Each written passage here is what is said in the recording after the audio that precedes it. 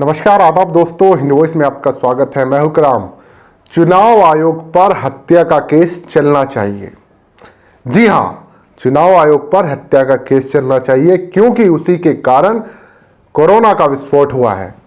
ये मैं नहीं कह रहा हूं, जी हां, बिल्कुल नहीं, मैं नहीं कह रहा हूं, ये एक राज्य का हाईकोर्ट कह रहा है और बहुत ही सख्त अल्फाज में सख्त टिप्पणी उसने की है। पूरी खबर बताऊंगा आपको, लेकिन उस पर जाने से पहले मेरी आपसे छोटी सी अपील है कि अगर अभी तक आपने हिंद वॉइस को सब्सक्राइब नहीं किया है तो इसे सब्सक्राइब जरूर करें। साथ ही अगर वीडियो फेसबुक पर देख रहे हैं तो फेसबुक पेज को फॉलो कर सकते हैं। बीते कुछ दिनों में जितने ज्यादा कोरोना के केस में इजाफा हुआ है, इसको लेकर मद्रास हाई कोर्ट ने एक बहुत ही सख्त टिप्पणी की है और चुनाव आयोग को घेरते हुए ये तक कह डाला कि इस पर हत्या का मुकदमा दर्ज होना चाहिए, केस चलना चाहिए, क्योंकि इसी के कारण, इनकी रणनीतियों के कारण ये सारा कोरोना विस्फोट हुआ है। हाईकोर्ट ने यह कहा कि चुनाव आयोग अपनी जिम्मेदारी को अदा करने में बिल्कुल विफल रहा है। बेंच ने कहा कि चुनाव में राजनीतिक दलों ने कोरोना प्रोटोकॉल का जमकर उल्लंघन किया है। साथ ही उन्होंने यह कहा कि आयोग उन्हें रोकने में बिल्कुल नाकाम रहा है। अदालत ने यह भी कहा कि आयोग के चलते स्थिति इतनी ज्यादा विकराल हुई है कि जितने भी राजनीतिक दल थे उन पर नकेल कसने में ये नाकाम रहा है चुनाव आयोग। जी हाँ, चुनाव आयोग पर पहली बार ऐसा हुआ कि किसी ने इतनी सख्त टिप्पणी की हो। जब ये बात कही जा रही थी तो उस वक्त इस बेंच में कितने जज थे और कौन थे वो मैं आपको बता देता हूं, क्योंकि खबर बहुत ज्यादा बड़ी है। जरा ध्यान से सुनिए और पूरी खबर को शेयर कीजिएगा। चीफ जस्टिस संजीव बनर्जी और चीफ जस्टिस सेंथिल कुमार राममूर्ति की बेंच ने यह बात कही है। उन्होंने कहा कि संस्थान के तौर पर चुनाव आयोग ही इस आज के हालत के लिए पूरी तरह जिम्मेदार है। पिछले साल याद होगा आपको, जमात सिर्फ और सिर्फ जमात जिम्मेदार है। फैला होगा तुम्हारे यहाँ कोरोना चमगादड़ से, हमारे यहाँ तो जाहिल स्वरों से फैला है। ये उन लोगों ने कहा था जिन्हें आप लोगों ने हीरो बनाया, देश के लिए जिन्हें मान सम्मान दिया गया। उन्होंने एक समुदाय विशेष के खिलाफ इतनी ज्यादा नफरत फैली थी और उसका असर क्या हुआ था आपको पता है। सड़कों पर या तक ये हर राह चलता मुसलमान उन्हें कोरोना बम दिखाई देता था।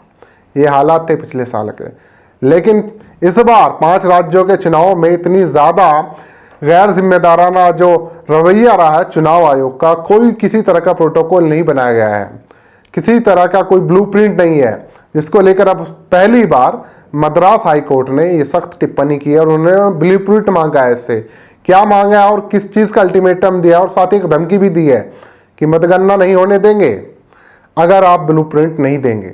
जरा ये चीज भी ध्यान से सुनिएगा। अदालत ने ये बात स्पष्ट लफ्जों में कही है कि हम आपको बता रहे हैं कि यदि 2 मई से पहले आपने कोविड प्रोटोकॉल के पालन को लेकर कोई ब्लूप्रिंट नहीं दिया तो फिर हम मतगणना रुकवा भी सकते हैं। हम नहीं चाहते कि आपकी मूर्खता के चलते राज्य में कोई और मौत हो।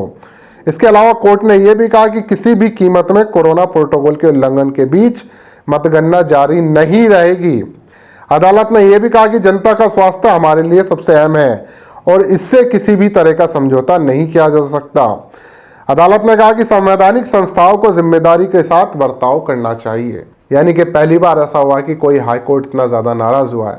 अभी ऑक्सीजन को लेकर तो दिल्ली हाईकोर्ट ने कहा था कि भीख मांगी, कुछ भी करीजिए, लेकिन उन्होंने भी शायद चुनाव आयोग को लेकर और ये जो भीड़ इकट्ठा हुई चुनावी रैलियों में, एक तरह से एक कोरोना विस्फोट ही से आप कहा जाए, लाखों की तादाद में लोग जुड़ रहे हैं। सभी राजनीतिक दल हैं उसमें शामिल, कोई एक नहीं है, लेकिन जिम्मेदार तो एक चीज को मान रहा है ना, चुनाव आयोग।